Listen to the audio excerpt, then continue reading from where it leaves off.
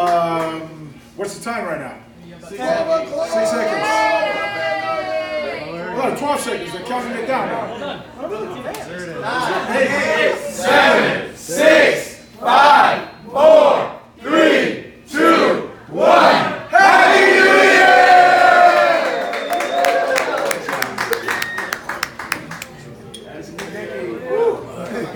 Well, first of all, let me congratulate all the champions. It was a great night. You guys fought well. You guys earned the right to be here. You fought right throughout the season. The season has been a great season. And tonight was just the icing on the cake. You guys looked amazing tonight. So congratulations to all you guys.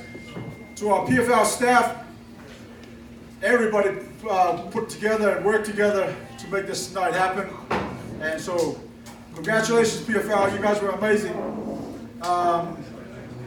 Obviously the road to PFL this year was a rough one and a good one. But as you saw tonight, like I said, it was just a highlight of the year where all the 6 champions came out and showed up and did their thing. And so we had new champions, we had old champions, but not old as in old, but you know, guys that became a returning champion. Yes, thank you. Champ. And so again, congratulations and happy New Year to everybody. We're going to open up for questions. I have one mic. Jack on the other side of the room has a mic. If you have a question, raise your hand. We will come over to you. Yeah, just before we go to questions, Kayla is actually still with the commission, so she's going to be a little bit late. But yeah, she will be here. So. Yep. Questions? Ray, so new decade, wonderful year in PFL. What do you take overall how you guys did and going into next season, what you're looking forward to? I think tonight spoke for itself. Everybody came out and looked amazing. I was getting texts and social media tweets and whatnot from all over the world saying that the show looked amazing and that everybody looked great. So, I mean, you know, it's just one of these things where you just got to continue to grow, and that's exactly what we feel. I feel like we've grown from last year, and I think next year we're going to grow even more. And I mean, that is the game, and that is the goal, is to continue to get better and better. And of course, put on great fights like tonight. My first question is for Lance. Lance, you know, I'm right here on this side. Okay. So, you know, obviously you had talked in the post-fight conference and in the cage, you had talked about the original plan was to strike. What made you deviate from the plan? I really just wanted to get a finish in this fight, and it didn't accumulate the way I wanted to. So the way any fight can go, just have to adapt while you're in there. And I felt that my striking was cleaner and better than his, but at the same time I wanted to show that I could out-grapple him, since he had 2 finishes against other guys who were high-level guys during the season. So didn't get the finish like I wanted to, but I still felt that it was a good performance overall. You had talked about, you know, how good you knew his grappling was, and he had almost caught you with that choke a couple of times. Were you ever in real trouble, or you seemed to stay very calm? Yeah, I was pretty calm in that position. I worked with Casey Halstead and Ricardo Almeida basically this entire year, because we trained for him in May. So all of his front chokes and ninja chokes and everything, that was all stuff we were prepared for, and just not letting myself get uncomfortable if I did get in that position. Congratulations on being now a multimillionaire. Thank you very much. Second question is for Ray. You know, for whatever reason, your fight, I think, made the crowd the most emotional. There was a really beautiful exchange between you and your dad in the cage. Can you talk about a little bit of what happened with that and what you guys said to each other? It's just a long year last year and a long year this year. I had some bumps in the road throughout the season, and yeah, I was just thanking him, because without my dad, I wouldn't be here. And he's my everything. He's my rock. And he pushes me every day, even when I don't like training. He pushes me, and if it wasn't for him, I wouldn't be here. So, thanks to my dad. Now, obviously hitting any fighter to the body is going to do damage, but was that a particular part of the game plan with Mashad, knowing what had happened to him in the beginning of the season and the rib injury? It seemed like once he took that shot to the ribs, that's where there was a little bit of a downfall. He did come back a bit, but was the body shots a part of the game plan? No, not really. I just go in there for just try to take him out, hit him as hard as I can, and it's a fight. You can get caught in all places, and it's gonna hurt. So yeah, just try to just blast him as hard as I can. Congratulations. Thank you. Ray, you came close last season, very close to win. Obviously, you came to the final. What did it feel like to finally, win the belt and win this championship? And was it what you imagined, like the feeling would be? Yeah, I came close last year. It feels good, but looking to win multiple titles and multiple years. So this is just a first step, and next year is going to be even harder. So I just got to keep training hard and waiting for the future lies ahead. Next season, Roy McDonald's going to be in the tournament. Are you looking forward to that? Does that spice things up a bit, knowing that he's a big name? Oh yeah, he's a veteran in the sport. He can win over PJ Pan, one of my boys, and I'd like to get him back. Yeah, so fight him first. I'll fight him whenever. I'm ready for him. And for Lance, you mentioned that you had some issues, I believe, post-fight. What were some of the situations you were battling entering the fight? Just had a lot of different things going on during camp, and some camps you have are super smooth, and then you have a super tough fight, and then you have other camps where it's a rocky road to get to the fight, and then you have a great fight. So just the usual things that go on that I'm not going to talk about, but we got the job done. It seems you're in a crazy streak now. Does it almost seem like this PFL format is perfect for your style and, obviously your background, where you come from, your wrestling background? Yeah, it's definitely something that not everybody can do, just going through 5 fights in a 7-month period of time, but I feel like it's something that I was bred to do, coming from a wrestling background, and being able to grind and have 7 and 8 wrestling matches in one day and go through 150 matches in a year growing up. Like, that stuff, it's all prepared me for this. And obviously winning $1 million is pretty cool and must be a crazy feeling, but you've done it twice now. Did the feeling change? Is it like a little less exciting, or is it more exciting? I think the pressure was different this time on myself. I think I put a lot more pressure on myself to get the job done. Especially, it's hard fighting the same guy 3 times in 6 or 7 months or whatever it is. So that was all, all different things that added into it. But winning's always going to be important to me. So just getting it done and getting another belt that was cool. So not much else to say. And now for Emiliano, for acá. You're the first Argentine champion in a major North American promotion. What does that feel like, and what does that mean to you? It seems there was some Argentines in the crowd, and they were really proud of you.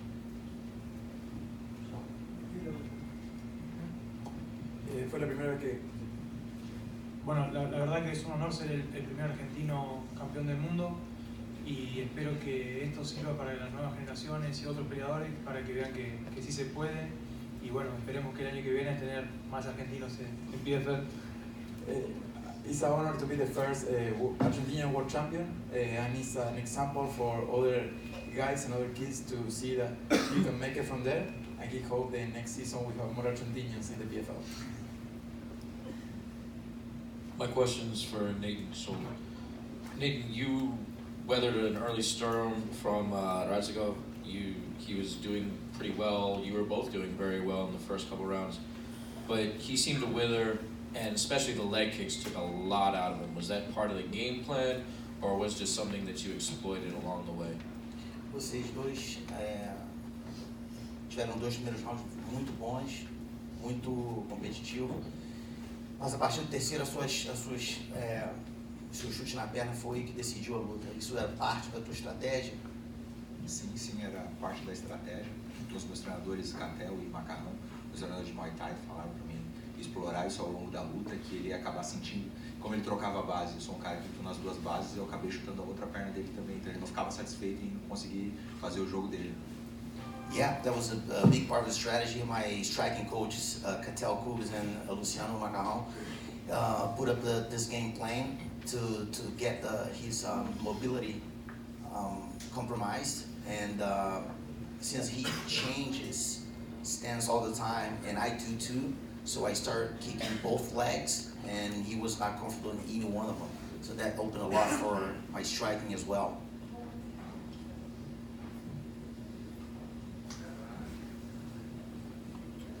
Ali, coming in this tournament, you know, a lot of people didn't have you going, making it this far, and you went against another superior wrestler. What tools did you use to implement in your game to bring the belt home? Так как ты выступал против тоже борца, что определенного ты сделал, чтобы забрать эту победу? Что сделал? Что сделал ты для победы, так как ты встречался тоже с борцом? Делал что-то, боролся, да, как что смог, то, что я готовил. Конечно, у меня не получилось, но знал, что борется. Ну, я был уверен в своей борьбе, как бы, все равно. Из этого все прошло как положено. I knew that he is a superior wrestler. I prepared a lot for him. I didn't show everything that I prepared, but thanks God I got the victory. Questions for Ray Sefo, actually. Ray, we got to talk about the Natan fight. I think easily that was the fight of the night, probably one of the best in MMA in all 2019. How did you score the fight at the end of it, and how impressed were you with both men's performances? Yeah, I think that fight's going to go down and probably next year as one of the best fights of the year. Listen, Natan is the champion for a reason, and last year he proved the reason why he's a champion. And this year he came down and did it again. Lloyd is a tough customer, that's without a doubt. But they both put on an amazing fight. And Natan is still young, he's still growing, and you know, he's a homegrown champion for PFL. And so we're proud to have him here. And you know, he's going to be a champion for a long time. There's going to be a lot of challenges, but I don't see, you know, all these guys up here, most of them are going to be champions for a long time, just because, again, they showed that they're superior at what they do. I mean, Lance was another returning champion, and again, he did it tonight as well. And so did Natan. And that fight, definitely, Natan and Lloyd was definitely the fight of the night. Another one for Ray. So much success with Kayla coming through and Sarah Kaufman and stuff like that. You're going to look to build out that lightweight division, have some more fighters next year, and also you're looking at any other female divisions for the 2020 season. Yeah, absolutely. I mean, obviously, right now the 155 division is where we're at for women's division. We have, you know, we haven't announced it yet, but we have talked to a few promoters from around the world that will be doing a female four-woman tournament, if you will. So there's some, you know, a lot of interest from around the world with that, and hopefully we'll find some more great fighters that's going to come out of those little tournaments. A question for Emiliano. You mentioned after you won in your speech that you had used a sports psychologist to help with your training. Could you just talk about when you implemented a sports psychologist and what kinks that he or she helped with that helped you prepare for this year's season? Dijiste que trabajaste para esta temporada con un psicólogo deportivo. ¿Puedes decir cuándo empezaste a trabajar con él y en qué te ayudó? Empecé a trabajar con él como un mes antes de empezar el torneo y mi problema era que me tomaba la pelea demasiado ligero, al contrario de algunos que se ponen muy nerviosos, yo totalmente lo contrario, entonces necesitaba encontrar un punto medio. He started 1 month before the tournament start, and his problem was that he get the fights very relaxed, like the opposite of the people that get nervous for the fight. He was very relaxed, so he was needing to get in the right point.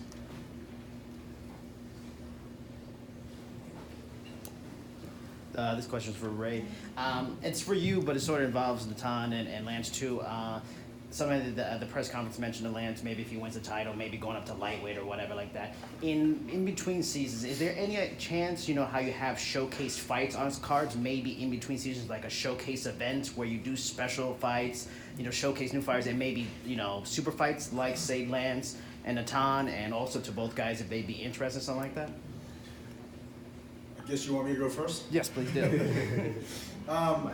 Yeah, I mean, listen, there's a lot in the works for PFL, and those were part of discussions along the way. Not necessarily Nathan and Lance, but we talked about doing some super fights and whatnot. But that's part of the plan.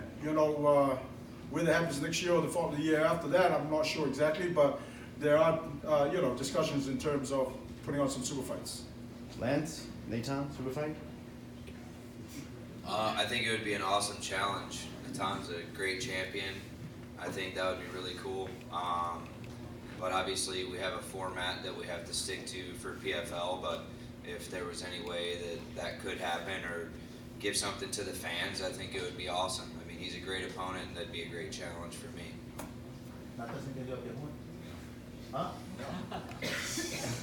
So, eles perguntaram se tem algum interesse de ter uma super luta entre você e o Lance, visto que vocês são dois campeões.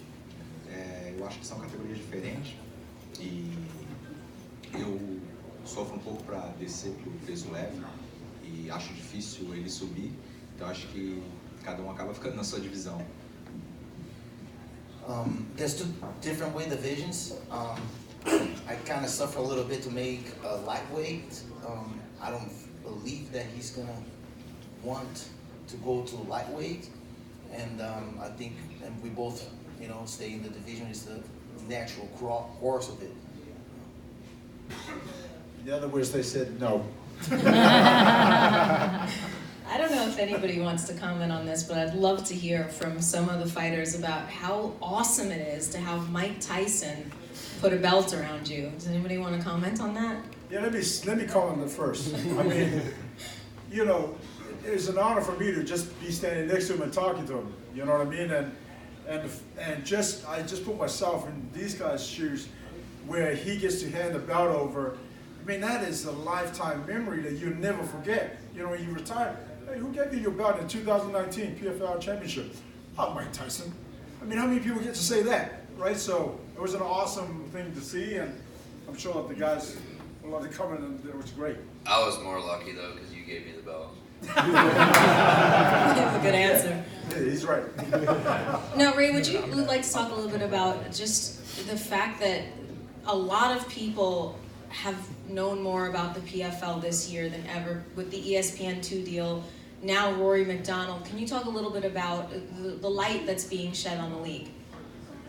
Yeah, absolutely. Like I said, PFL is here to stay, and tonight is the biggest night of MMA when you crown 6 world champions. We did that last year. We did it this year. We're going to do it again as the years go on and on and on. And all the champions that sit here tonight, I mean, it just goes to show that we're continuing to grow. And then adding someone like Rory to the mix, the sky's the limit for PFL. And there's a lot of discussions with other people that are interested and want to come over. And so it's just a matter of time where, when I say we're growing, we're going to continue to grow, and we're going to continue to grow bigger and bigger and bigger. And so I think, we showed that this year, and next year is just another year to show that PFL is here to stay. How has ESPN affected the league and has helped maybe the eyes that have been on it?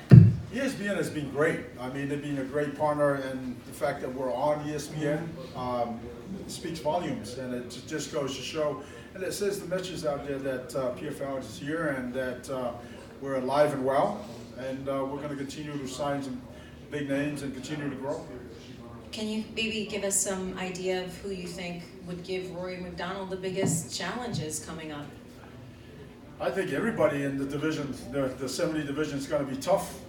Listen, Rory's a great champion. He's been a champion before, and he's a great warrior. He comes to fight without a doubt. But he got to see some of the, two of the tough 170 pounders tonight, in Ray and David and Sharp. And so, now he knows that's the kind of level that he's going to be looking to compete at. Because if he comes in here and he takes it easy, that might be a mistake for him. But knowing Rory that's been in the game a long time and very experienced, he's going to know what to expect, and he's going to, obviously we're going to expect the best of him. Last question for you. Roy, what's the bucket list for the PFL? What's your absolute bucket list for 2020? Sign more big name fighters, continue to grow, and tonight my phone. Okay, let me just clarify something. This is actually ginger ale. It's ginger ale. It's not. It's not wine. But my phone was going off like crazy tonight throughout the show because everybody got to see what the PFL show tonight, and got to see all the champions get crowned, and also earn another $1 million. So, that's just the icing on the cake. The show tonight was, and like I said, we're going to just continue to grow and continue to do the right things and sign more big names. Ray, I have another question for you. Since you're talking about big names, signing big names, it was brought up maybe another women's division. It seems PFL's doing good. Any chance, because that was a major story in 2018, of the middleweight division returning? Lewis Taylor was a great story last year. Any chance of that coming back this season 3? Season 3, we're going to stick to the weight divisions that we had this year. And like I said, there's a lot of things in the works, and there's a lot of discussions about a lot of different things. And so, we just have to wait for 2021 to come around, and we'll see, what works and what we can add on and what we can take away. And this last question is for Ali. He's in rare special category in being a Russian-born heavyweight champion in a major promotion, along with guys like Fedor, Vitaly Minakov. What does it mean to him to be in the same breath as a Fedor and Minakov and some of the great Russian heavyweights? И в списке чемпионов тяжеловесов, таких как Федор Емельяненко, Виталий Минаков, что ты можешь сказать по этому поводу?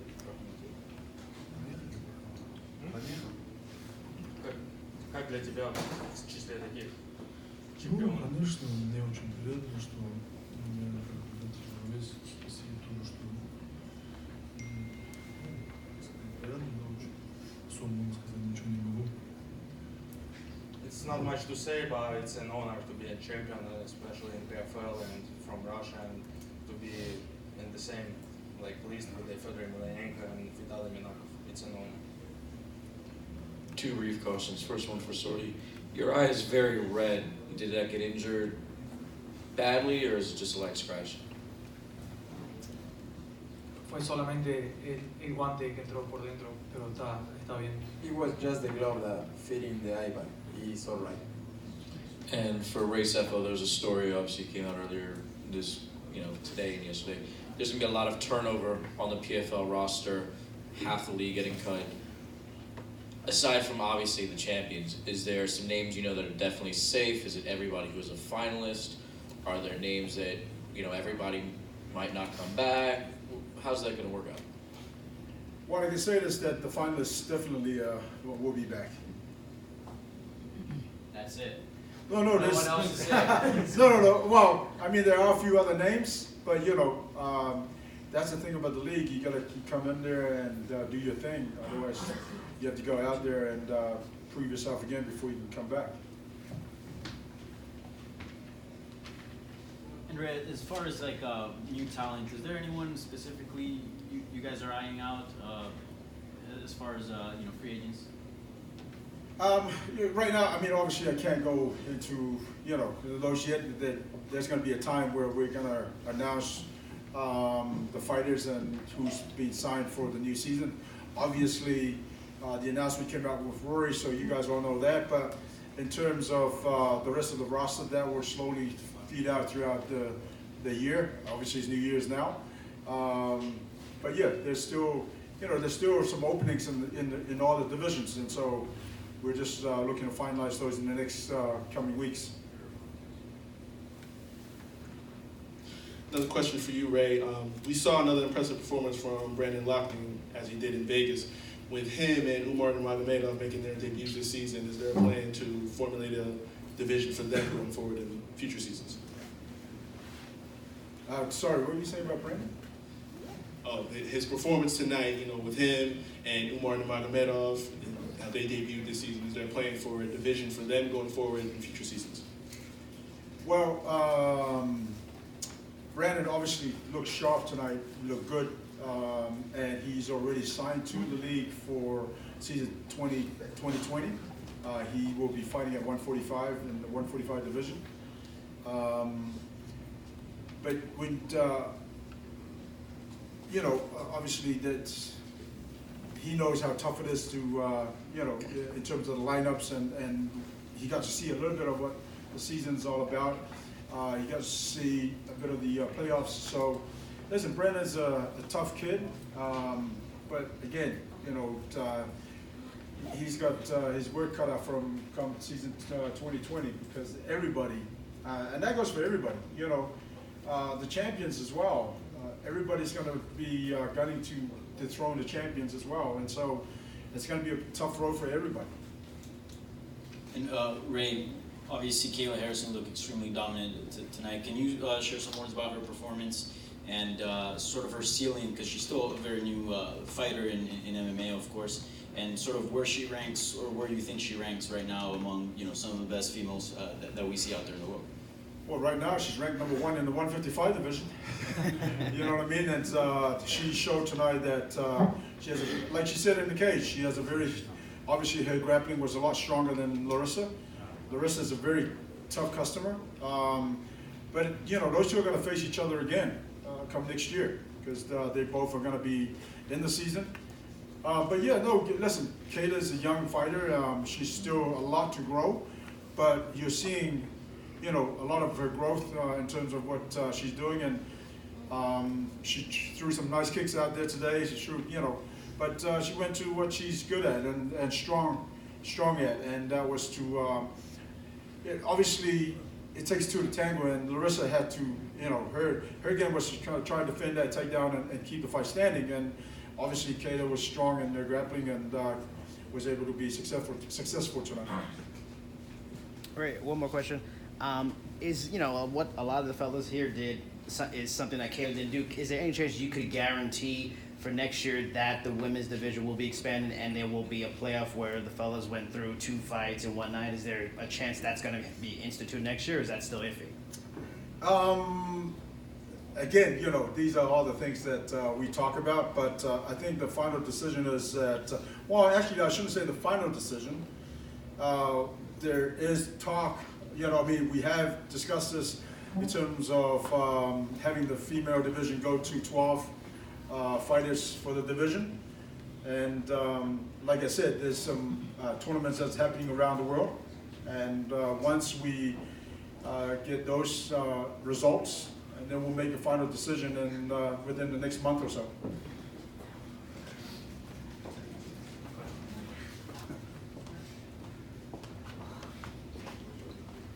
Hi, Kayla. Hi.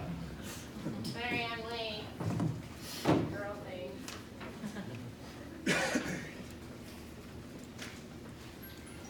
Kayla, congratulations on winning the championships last year. You're big, or last year this time you kept on saying 2019 PFL champion. How does it feel to have that belt and that $1 million check? Thank you so much. Yeah, it feels amazing. You know, Larissa's a tough opponent. It was a great fight, I feel like. What a way to end 2019, last fight of the decade. What an honor for me. What an honor it is for me to fight for the PFL and be changing the game alongside all of these warriors. You know, it's just truly a privilege, and 2020 is going to be the year of the unicorn. Kayla, I know that the last time you fought Larissa, you were upset that you guys went the distance, but I'm sure it's a lot easier to handle when there's $1 million at stake and Mike Tyson is putting the belt around your waist. So can you talk a little bit about, okay, yes, you went the distance again, but you know how you handled it this time is a lot different. Yeah, I mean, I'm still slightly disappointed in myself. This time I held my composure better. I wanted to cry, mostly because I didn't finish her, and because my ankle hurt, and because Mike Tyson's putting a belt around my waist, and I just won $1 million. It was just so many emotions, you know, so many. It's like the highest of highs in there. But she's really good. She's tough. She's a game fighter. She's tough as nails, and my hat's off to her. And you know, obviously I'm impressed with her, but I'm also proud. I overcame a little bit of adversity tonight, and I felt like my gas tank was really good. I feel like I learned a lot about myself, and I know I have a lot to improve on. I can't wait to get back to ATT. We were actually commending, first of all, the power double that just shot from the middle of the cage. I think it would have went to the third row if there wasn't a cage there.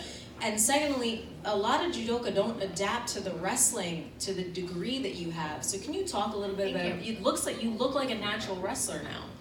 Well, I just have the best coaches in the world, don't I? I mean, Mike Brown, Steve Mako, Anderson Franca, my coach Big Jim, American Top Team. I have the best training partners in the world. And I truly believe in what they teach there and what they preach. I'm the type of athlete, if you say jump, I say how high. And Mako Mondays, I don't know if anyone follows me on social media, but Mako Mondays are legendary, and the wrestling practices are also legendary. And I'm in there scrapping with D1 wrestlers, and you know, these guys, they've taught me well, and I think that that's something that girls don't do. They don't wrestle a lot, you know, and it's something that gives me an edge. So. The last question I have for you, you know, it was a really emotional moment with your mom. Did you know that she was behind you? Because it seemed like... No, I did not. I knew she was coming to the fight. She had some health scares earlier in the year, so she had to drive up. And one of her goals out for her rehabilitation was to make it to the fight. So I told her, if, you know, one of my mottos is a goal set is a goal met. So she made it to the fight, and I had to win the fight because that was my goal. What's the most frivolous thing you'll do with the money? I mean, Look, it's just a stupid thing you want to buy. I don't want to buy anything. I'm going to donate a lot of it to my foundation. I'm probably going to buy my mom something wicked nice. Maybe take her on a really cool vacation somewhere pretty once she can fly again. And I just can't wait to get back to training. I know you can be super critical of yourself, but can you talk a little bit about the change from the last time you fought Larissa to this time, what you think you did well and how you think the fight went? I think that I was a lot more patient this time. I wasn't quite so frantic to get the takedown. I think even like in the fourth round, we were on our feet for quite a bit, and I wasn't really panicked. She hits hard though, so I was proud of the fact that when she did hit me, I didn't really shy away. I think I've gotten a lot more comfortable on my feet, and that showed in this fight, and I can take damage and give a little damage and keep coming forward. So a lot has improved, but again, just mountains of improvement that need to be made, and this is just the beginning. Like I told you guys, this is just a little spark. Like, I haven't even glowed yet. You guys are gonna see. Kayla, so obviously, right here. Yeah. So obviously it's been a great year for American Top Team, you know, like your teammates, Amanda, Jorge. How does it feel that you fulfill one of your goals, adding the belt to that prolific gym, and of course you acknowledge your training partners and you progress? And also, funny question, when are the reservations starting for the sauna that you want to implement in the women's locker room? Oh my God, that's right. The girls should get a sauna now. Dan, if you hear this, Richie. No, honestly, for me, it's just, you know, I walk into that gym every single day, and I'm so inspired by the people around me, by my training partners, my coaches. They've become my friends as well, and it keeps me hungry and it keeps me humble. I mean, obviously I come, you know, when I started judo, I moved to Pedro's, and I was sort of the little fish in the big pond, and then I kind of grew and I became this 2-time Olympic champion, and I kind of feel like that all over again at ATT. Like, I'm this little fish in this really big pond, and I'm gonna do everything in my power to become the biggest fish there. Not just for fantasy football, but for everything. But it's just an honor to represent them, to represent American Top Team and all my coaches, and I hope I did them proud tonight. Yeah. Talk about just walking through the crowd for your entrance. I mean, like, was it just a goosebump moment for you just to be able to see the support that you were Yeah, it was really cool. George, one of the producers talked to me about it before the fight and asked if I was comfortable with it, and we did a walkthrough, and I said, yeah, this is cool, let's do it. But I've never really experienced anything like that, you know, just the fans so close, walking into the cage. It was pretty, I think I got like a little bit of an adrenaline dump from it, so I'm gonna have to learn to calm my nerves a little better, but it was amazing, really cool. So, quick question. What did your coaches say to you between rounds 4 and 5? Because it seemed like strategically you changed a little bit, probably realized maybe you were up 4 rounds, and just to make sure that you, if it was there, take it. If not, were you just like trying to avoid her hard shots, excuse me? I don't remember what they said in between the 4th and 5th. You know, they did assure me that I was up 4 rounds. The game plan was going really well. I actually rolled my ankle, or something happened in the 2nd round. When she reversed my takedown, something popped in my knee and my ankle, and I didn't really have as much pop in my step and in my shots. And I knew I was up 4 rounds, so I was just kind of trying to be smart, avoid the heavy shots. But then she got in a really good guillotine, I think, at one point, and I was like, oh my God. How close was that? It wasn't close, but it's just a situation I've never really been in before, you know, so had to keep my composure and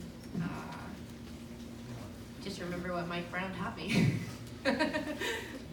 Kayla, one last question. Yeah. World champion in 7 fights. I mean, you're about challenges, 2-time gold medalist. I'm sure you get challenged every day. ATT, your competitiveness, you challenge yourself every day. Yeah. What's the next challenge in season 3 for you? And is one of those challenges maybe pushing for the idea of fighting twice in a playoffs, kind of like the guys did, is something you would like to challenge yourself with? Oh my God, that sounds terrible. I don't know how they do it. Like, they're monsters. No, but for sure, obviously, I want to continue to grow as a fighter and as a human being. I look forward to seeing who else the PFL signs. I know they just signed Rory. They're trying to make the divisions deeper and stronger and better every single year. I think a lot of fighters are taking notice that, hey, the PFL is here to stay. They're changing the game, and if you want to be a part of something that is about sport and is about you controlling your destiny, then this is where you need to be. Oh, and also, by the way, $1 million helps. It's a pretty good selling point for the PFL. But I think ultimately, what was the second part of the Playoffs, question? 2 fights in 1 night? Oh, 2 fights in 1 night. Yeah, I would do it. Yeah, well, fine. Screw it, let's do it. On that note, I think that wraps it up. We have one more question.